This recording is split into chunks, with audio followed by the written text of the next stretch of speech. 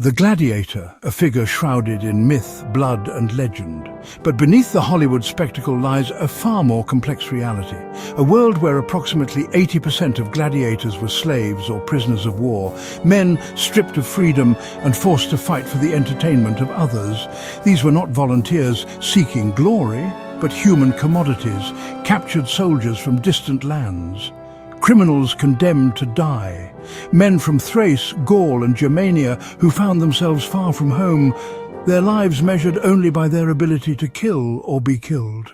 Once enslaved, these men were sent to specialized training schools called ludi, most famously in Capua. Here they lived in small, cramped cells under constant guard. Their world became one of relentless physical training, lasting 3 to 5 years before their first fight in the arena.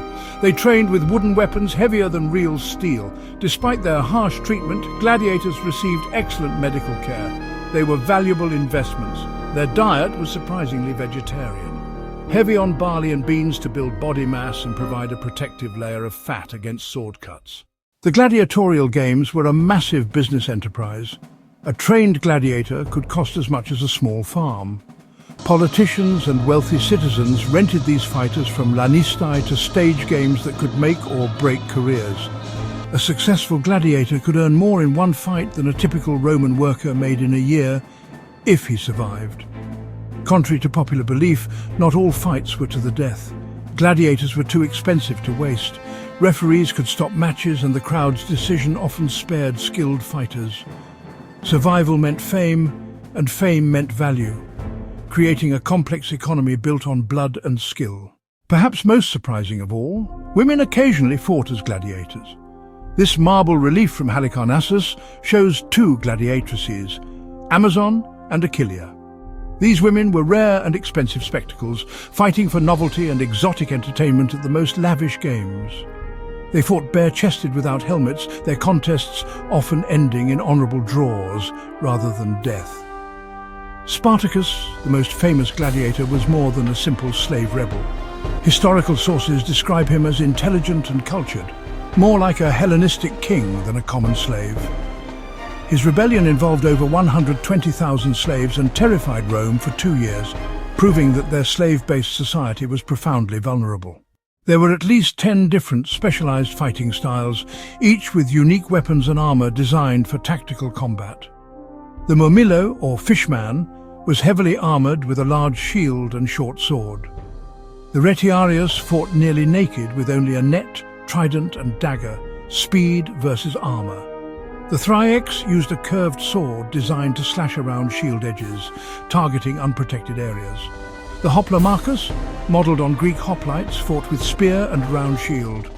These careful pairings created tactical chess matches, each combination designed for maximum spectacle and unpredictability. Gladiators occupied a paradoxical place in Roman society, legally slaves and social outcasts, yet worshipped as heroes by the public. Graffiti in Pompeii shows their celebrity status. One gladiator named Celadus was called the heart-throb of the girls. Their images appeared on pottery, lamps and mosaics. Children played with gladiator action figures carved from clay and wood. The ultimate dream was the rudis, a wooden sword symbolizing discharge from service and freedom. But this was exceedingly rare. Less than 10% of gladiators survived to potentially earn their freedom. For every gladiator who won freedom, countless others perished on the arena sand. Their average life expectancy less than 30 years. In 73 BCE, Spartacus led 70 gladiators in a desperate breakout from the ludus of Lentulus Batiatus in Capua. What began as a small escape became a full-scale rebellion attracting over 120,000 slaves, shepherds and rural workers. For 2 years, this army of the dispossessed defeated multiple Roman legions, including 2 consular armies. Marcus Licinius Crassus finally cornered Spartacus in southern Italy in 71 BCE, crushing the rebellion in a final desperate battle. 6,000 captured survivors were crucified along the Appian Way from Capua to Rome, a horrifying monument to the price of defiance.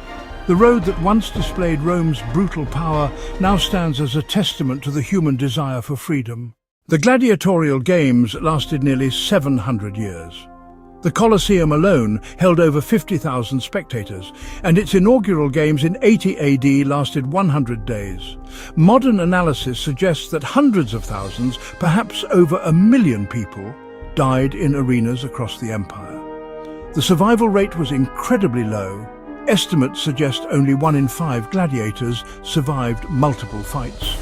The rise of Christianity and Constantine's edict in 325 AD began the end of the games, though they persisted until 404 AD.